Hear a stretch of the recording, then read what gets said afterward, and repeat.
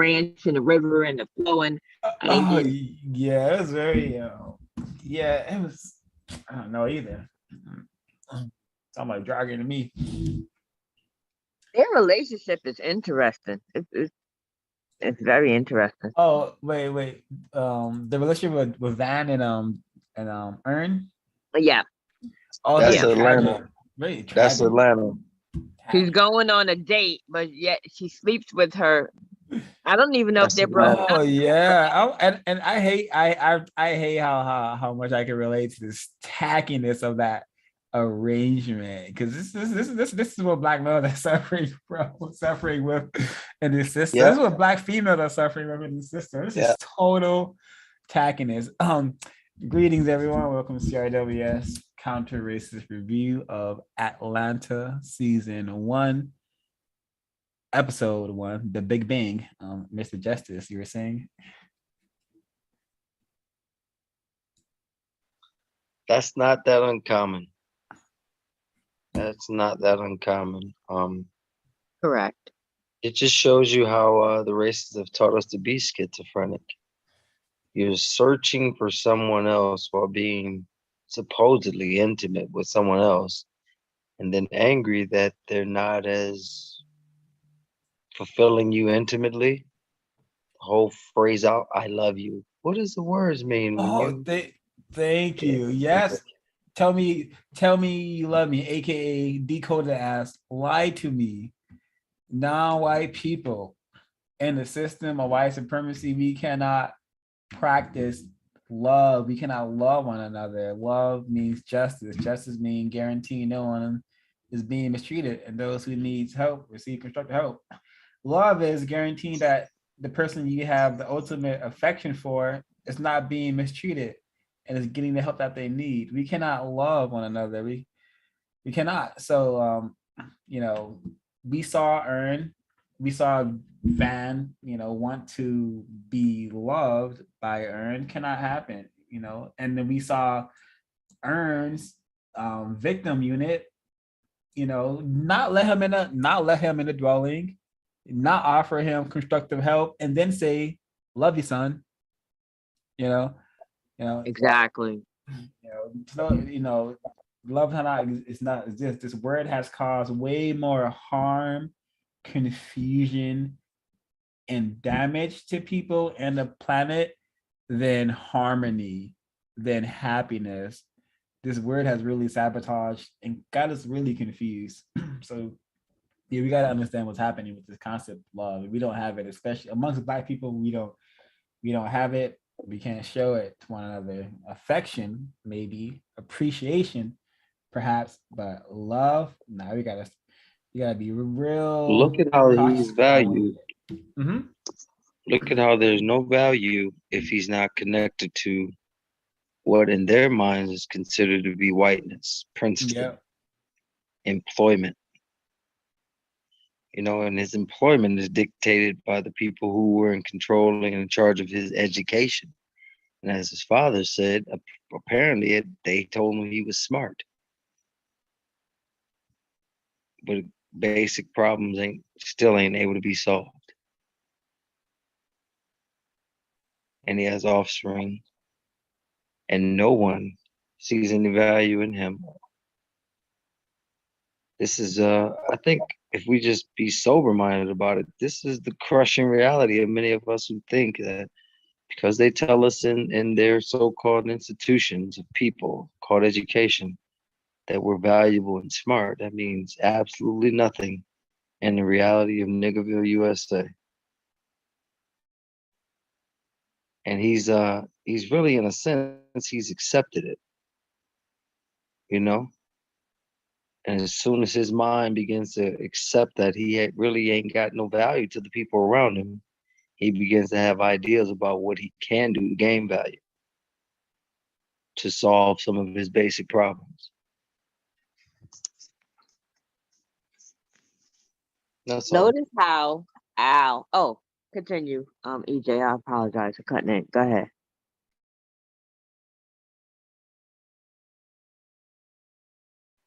I didn't have anything else to say. Oh, okay. Notice how Al, aka Paperboy, when he went to Ern's father, to ask him, oh, how is he? Like, he think about being my manager or whatever. Like, what's your opinion of that? And how Ern's father was like, oh, he left Princeton. Said, well, did you ask him why? He's like, no. Ern's father didn't even ask him why he left Princeton. Like, what happened? He might have been experiencing racism, some sort of stress that caused him to leave. And the dad doesn't even know. The attempted dad doesn't know. The mom doesn't Exactly. know. And, and, I'm and, like, and this is disgusting. Not only that, they don't care. this is a tragic expose Exactly. of That's what I'm saying. It's disgusting. Like, what? this is a Throw away this is kids. this is Think- actually what happens in victim units. Our victim parents are Exactly. often very uninvolved of what is happening in our schools and our studies, and often when we seek help, they cannot provide that. It was reported to me very recently. A fellow associate, a fellow victim of racism, confided in their victim parents, and he's like, I kind of wish I would have, provided me more assistance in college. And then, they weren't even able to, say, oh yeah, you're correct. No, they were able to handle that small truth. But it just goes to show the damage done to non-white people by white people who have maintained a system of white supremacy, this war against us, and really have like sabotaged this once upon a time family we once did have, before they got this business of white supremacy going. They really have just done a number on us. We even in this pilot episode at the very beginning, there's such a telling of the actual condition of non-white people. We have the super incorrect dynamics between the black male and black female, just no harmony, cannot work together, can't give each other what each other seeks, because we have been trained to want a white person, but we don't know that. We don't understand that we have been trained to expect our black females or our black males to behave like men or women, and that is impossible in the system. So we see that dynamic, and then we see like the family dynamic where non-white people don't even have a family. They don't even have a unit of people who can assist us financially, emotionally, mentally, spiritually, anything. Our victim unit has more likely to lead us to the church, to lead us to the Bible, than to actually seriously attempt to help us solve our problems with some thinking, maybe with some kind of racist logic. But it's just not our fault, and I hope it's not sounding like it's our fault. This is just a damage done to us by white people, and it shows the dynamic and non-white people. I mean, I don't know. We don't even have friends. We don't. If we're associating with one another, it's probably because we're benefiting or in some way. We don't have a friend that's going to actually be able to, prevent the harm from occurring or end the harm at all. So it's just really, this is dang episode 1. And there are some things said. Al, manager, he was talking about how managers like means man, and you're not really in that lane. Ern, you're not really in that lane. I was like, well, that's correct, because even Al has he even somewhere in his brain computer, he understands that Ern, you're not a man. You got to be white to be a man, and none of us are in that lane. That's why why I've heard so many non-white people say, I'm just staying in my lane. Also could be emasculating, us witnessing Darius baking cookies, it could be, it could just be him just being unique. I like cookies. Cookies are good. I'm sure y'all bake cookies from time to time. But it's the second time we see him. He's baking cookies for his associate Al, and I'm just their setup is really interesting. But yeah, the Darius whole is extremely domesticated. And notice what he said about like not having his testicles, and on his apron is a bunch of cocks. There's chickens and cocks on his apron.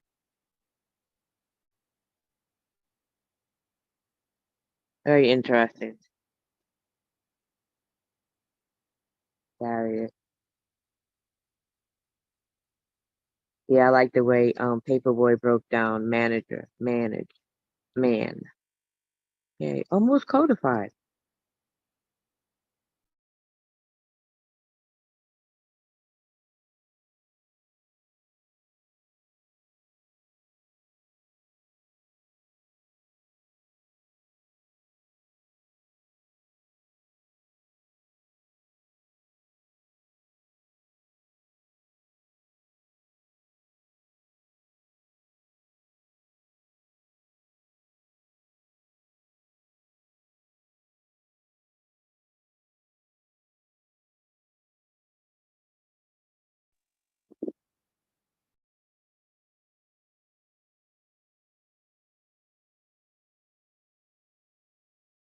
I'm wondering why this white man is comfortable saying nigger around him and not other black people.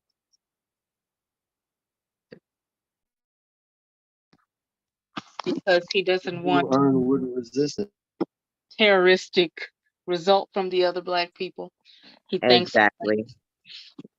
I've been talking about a meeting mic, but yeah, some people say that white people got those antennas where they know, hey, they can kind of sniff out what kind of Negro a victim is, so they can know, oh, okay, this is one of this, the more victimized ones, so I can get away with doing this or that, or I can get away with saying this or that. So I think that's what's going on here.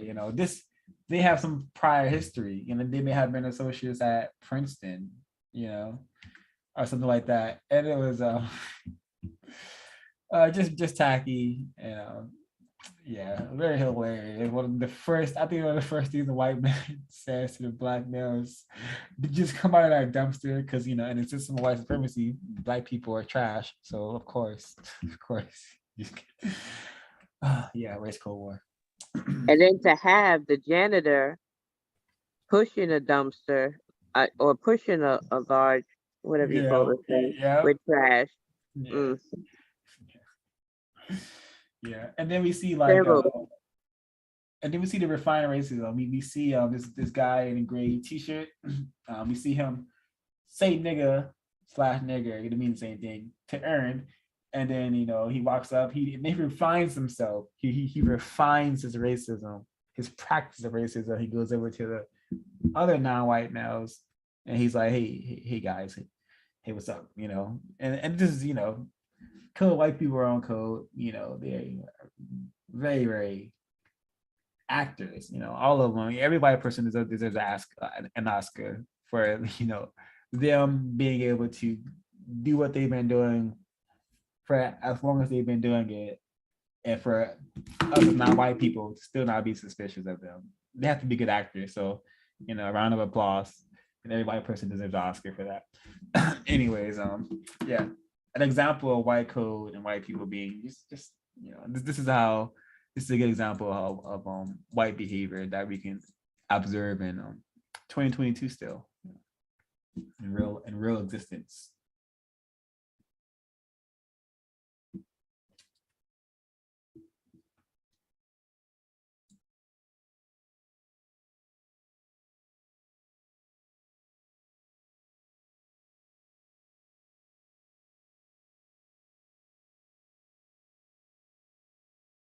Yeah, it's been a long time since I've watched this episode.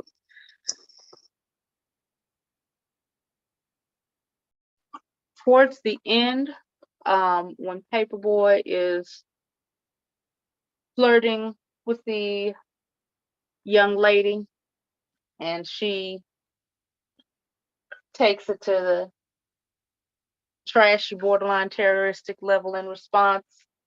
Was that the same young lady? Yeah. Yeah, but I don't know if that was flirting. I think he just name called her or something from the car. I'm like, you're flirting with her or whatever it is you're doing. Like it was like a cat call. Let me And then now she's ugly and stupid and all. oh yeah. Just I'm like, why would you talk to her in the first place? And that male really, man. Yeah, that was earns test of the white male right there. oh yeah. And again, white people knowing what they can and can't get away with in front of particular victims.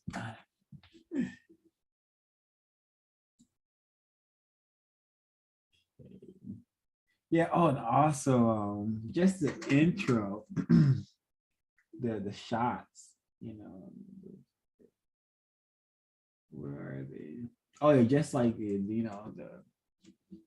bird's eye view over Atlanta. What white people own and control and maintain the area of the world known as Atlanta. They control that. They maintain this area. They're the reason it looks like this.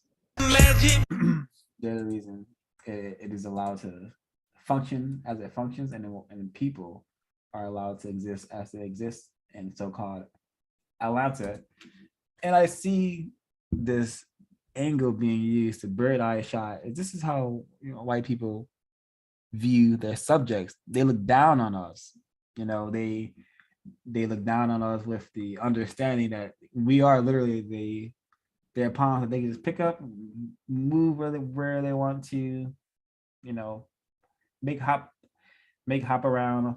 How you're playing chess and you pick up the piece and you make it skip around to the next space on the board. This is how they do their victims. I hope that image is being drawn in you guys' minds of what I'm trying to communicate. This is what ranks to me when I see the shot. This is what white people own. This is how they view the planet. They look down on it with the understanding that they could shape it to their will.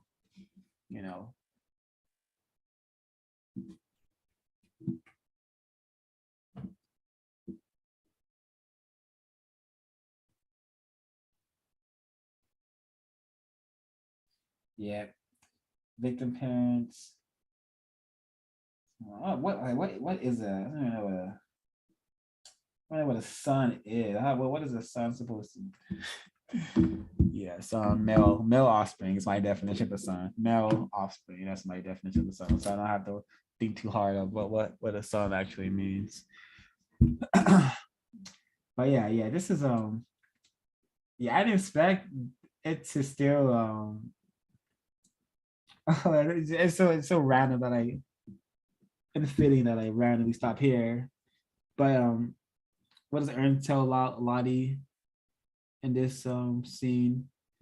He sarcastically says, "This is a healthy environment for us," or this is something along those lines. This is a good environment for me to be in, or something like that.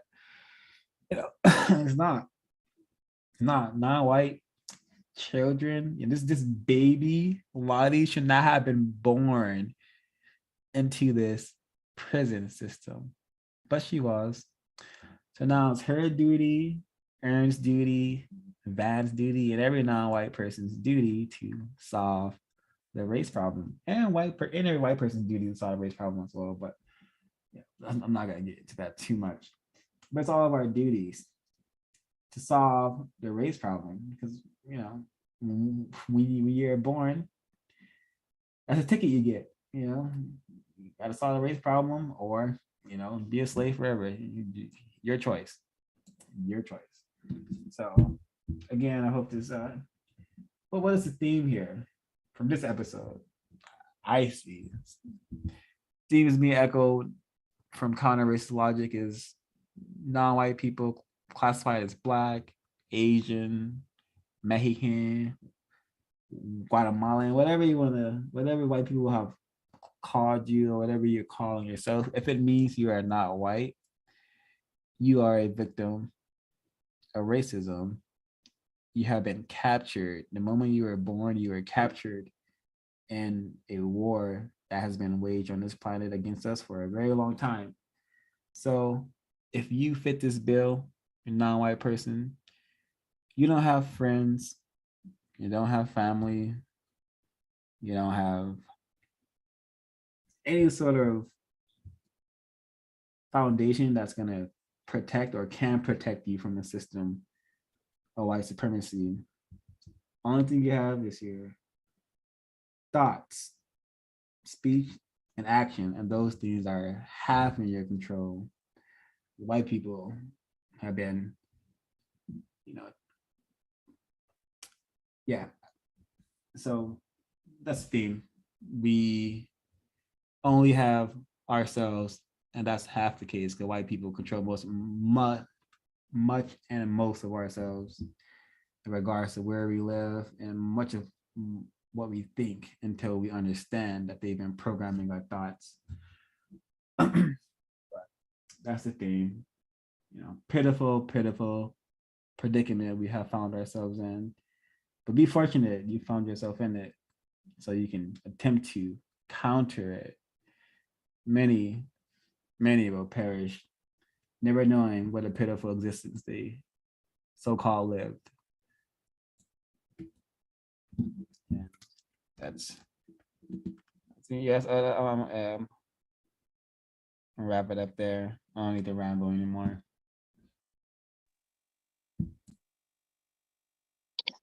Excellent observation.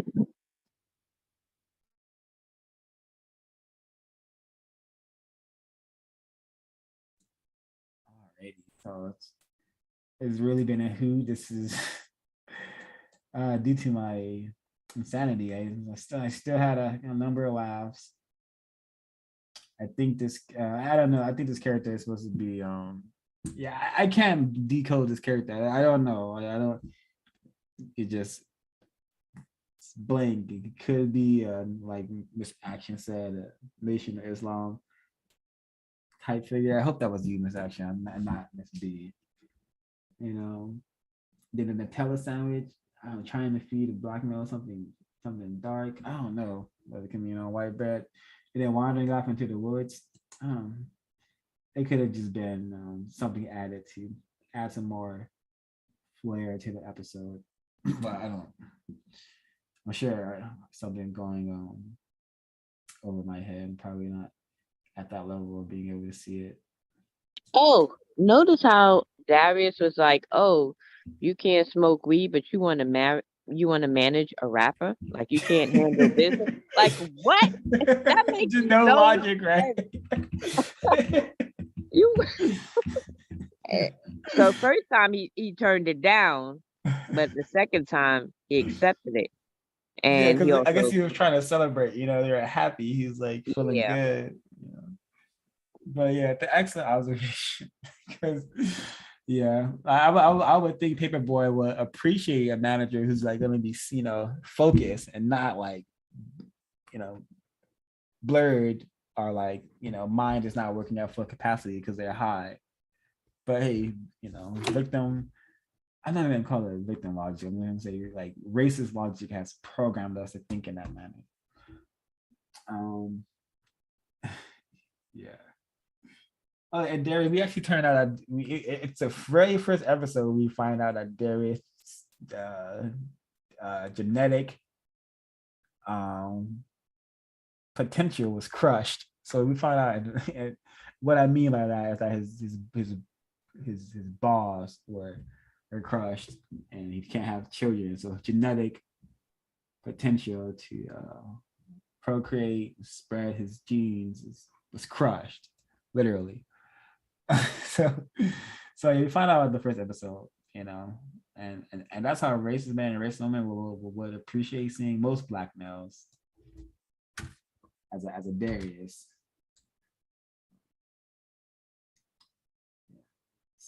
Oh yeah, it's tragic.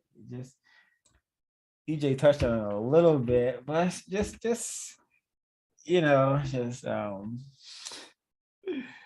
what goes on, what's Miss Renita Tate, she wrote a book, What Goes On in a Bedroom Between the Black Females and the White Man. She wrote a book about that. And that is very grotesque and terroristic and just very tragic what's happening, and just the number of Black females being raped and are only realizing it after the fact, because that's how refined racist men and racist women have become at abusing their victims.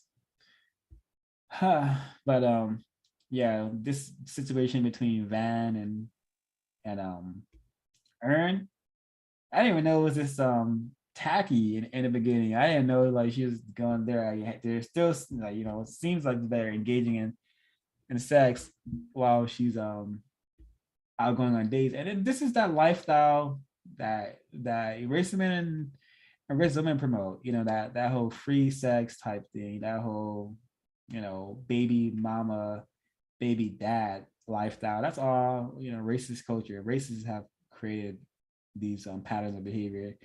You know, we have just copied them to such a high degree. So yeah, whenever you see like a baby mama or a baby daddy, just know they copy that behavior from racist men and racist women, aka white people. Very tragic. You know, it'll be, yeah. Looking, I think EJ said, you know, looking for, you know, someone better or something while you're with someone, you know, just like constantly longing for a complementary half that never gonna find, because racist men and racist women destroyed that complementary pair a long time ago. And it's our job to repair the damage, repair what's been done to the Black male, Black female relationship. Not say we need like a Black girl code and date outside your so-called races, and not say we need Black males going their own way or a manosphere.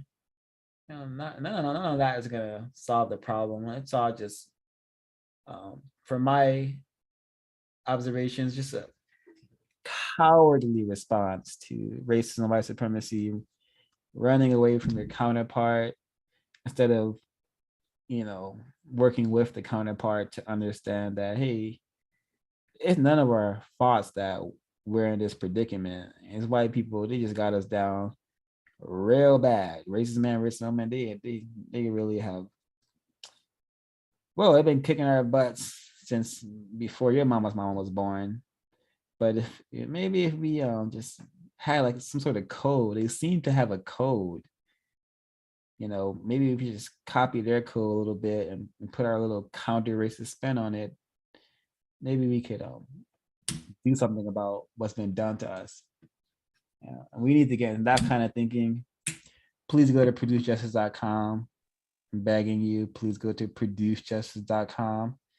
Get a copy of the United Independent Compensatory Code System Concept, a compensatory counter-racist guide by Neely Fuller Jr., a textbook workbook for victims of racism. Please get that book if you are a non-white person and you want to solve the race problem, which you should be if you're a non-white person. Yeah, and that was definitely my final spiel right there.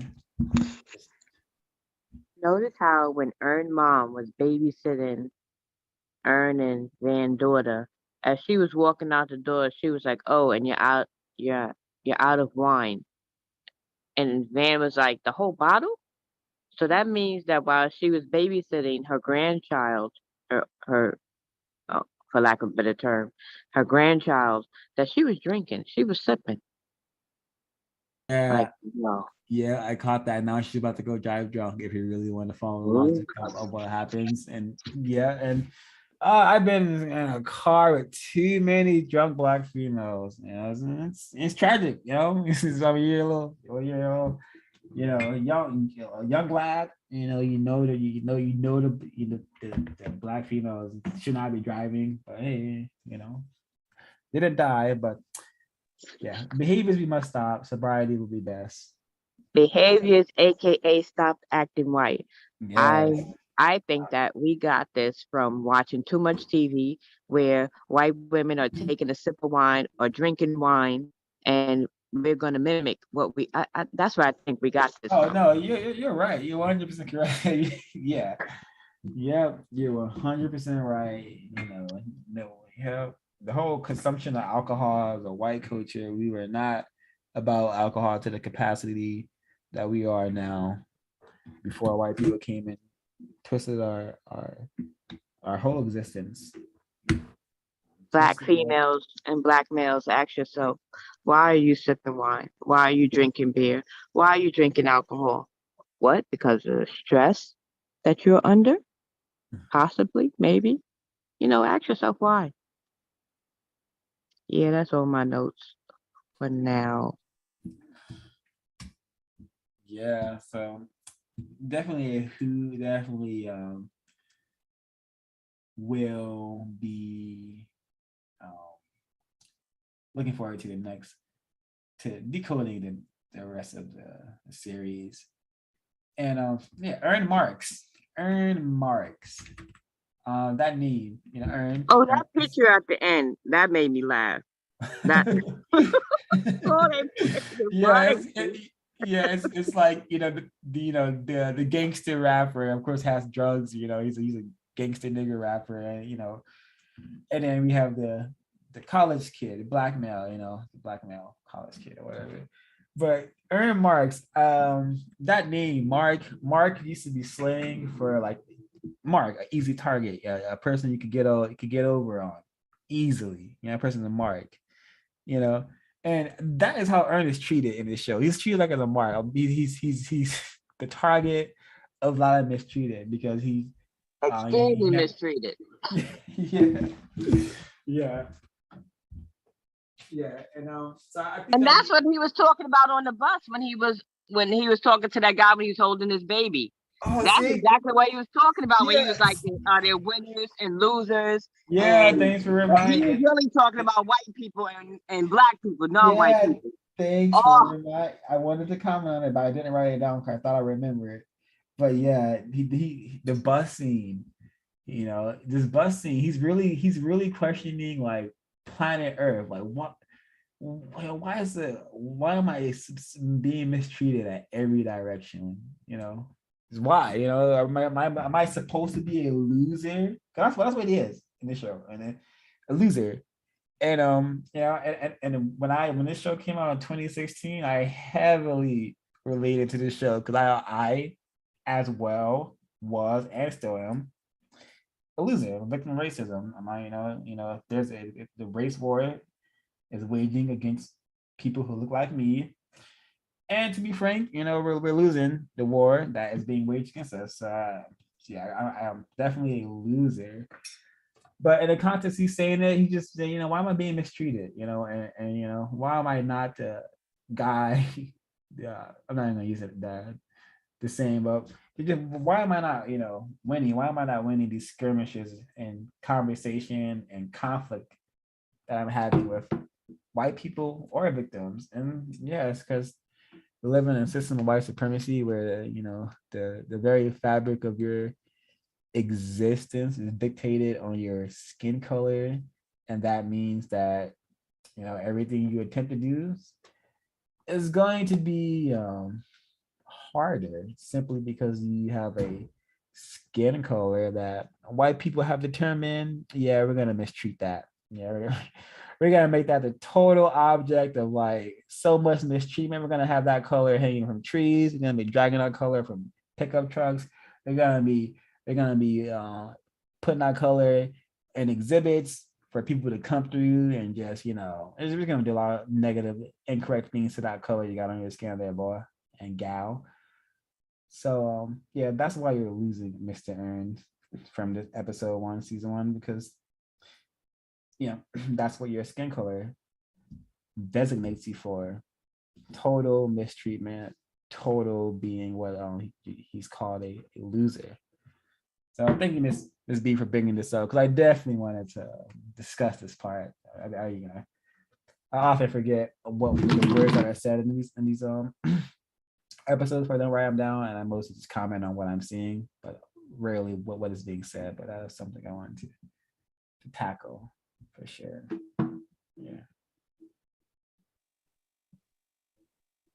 And there's another part where Darius was like, "Oh, it's 4:30," and they went to go run and jump on the sofa to smoke Oh weed. Instead of yeah. smoking weed, they could have been reading the code, right? That would have been way more constructive. But no, they had them smoking weed, and I think Yeah. that is homage to there was a show called The Wire. Oh, it's a horrible show, but it's real good at the same time because it hits all 9 areas of people activity, and this whole sofa scene, yeah, they have something like this in The Wire. This might be where this idea came from. But yeah, they should have been reading the code instead of smoking weed at that moment. But look, Yeah. and when I say the code, I'm talking about the United Independent Compensatory Code System concept by Mr. Neely Fuller. Shameless plug. Yeah. Yeah.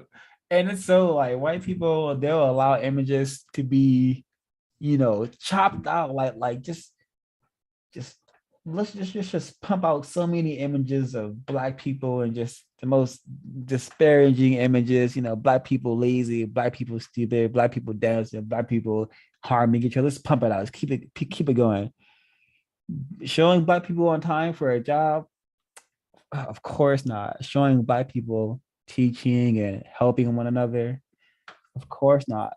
Showing black people being on time to smoke weed, we could do that. On the sofa in the middle of the yard. Smoking weed to watch a sunset and to get told. Yeah, we could definitely, that's the image we want to promote. That's what we want non-white people being serious about. Smoking weed outside, having a good time. So I just want every time you upload one of these, and you can find in the description the definition for these anti-black entertainment, which is what we are always participating in when we're watching TV, because all areas of entertainment that involve black people and white people as well. Even if you don't see a black person on the screen, there's still some anti-black propaganda in there. So, but actually, let me read the definition for folks. Let me find it. Let me get it on the screen. So I've never read it. I always put it in the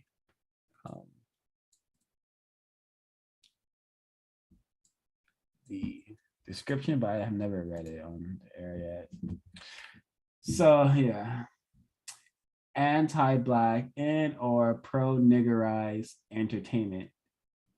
Terms to apply to anything said or done for fun, for glory, and or for profit that has the effect of producing or promoting thought, speech, or action that results in direct or indirect, non-just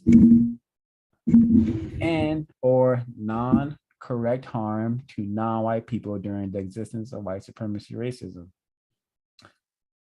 During the existence of white supremacy racism, most of what is said or done that involves or pertains to non-white people in the area of entertainment has the effect of producing or promoting thought, speech, interaction between, among, or against non-white people that is of no constructive value in the production of justice and or correctness.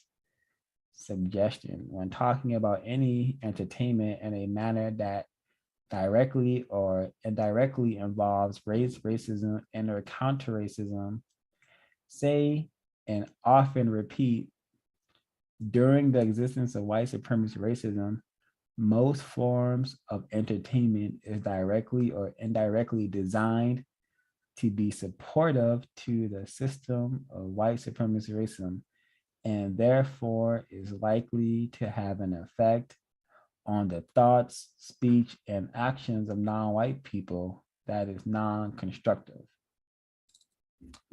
So anti-black are pro-niggerized entertainment. Most of what we are participating in. But luckily for us, we are able to, because we are, we have our Welsing lenses on and our Neely Fuller Jr. lenses on and our counter-racist lenses on in general. And what I mean by that, we have the ability to see what we're looking at, understand the messages being presented to us. We're not just seeing, a bunch of 3 Black people being silly. We understand how they got in this condition.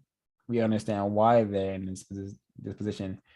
And most importantly, we understand who put them in this position. And it was white people, racist men and racist women. The only people who have the power to do such a thing to a group of people that has been done to Black people. Only people who have that power are white people. And they've used it to totally devastate us.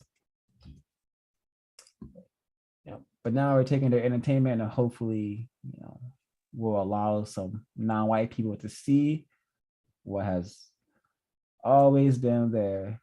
Just needed a little finger pointed, just a little over there. Just look a little to the left, a little more to the right. Now you see it. Now you see the racism, white supremacy. You see it now, right? I hope you do. Correct. Correct.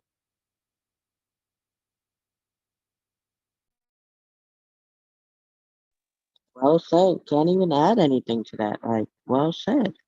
Like, what else is there to say?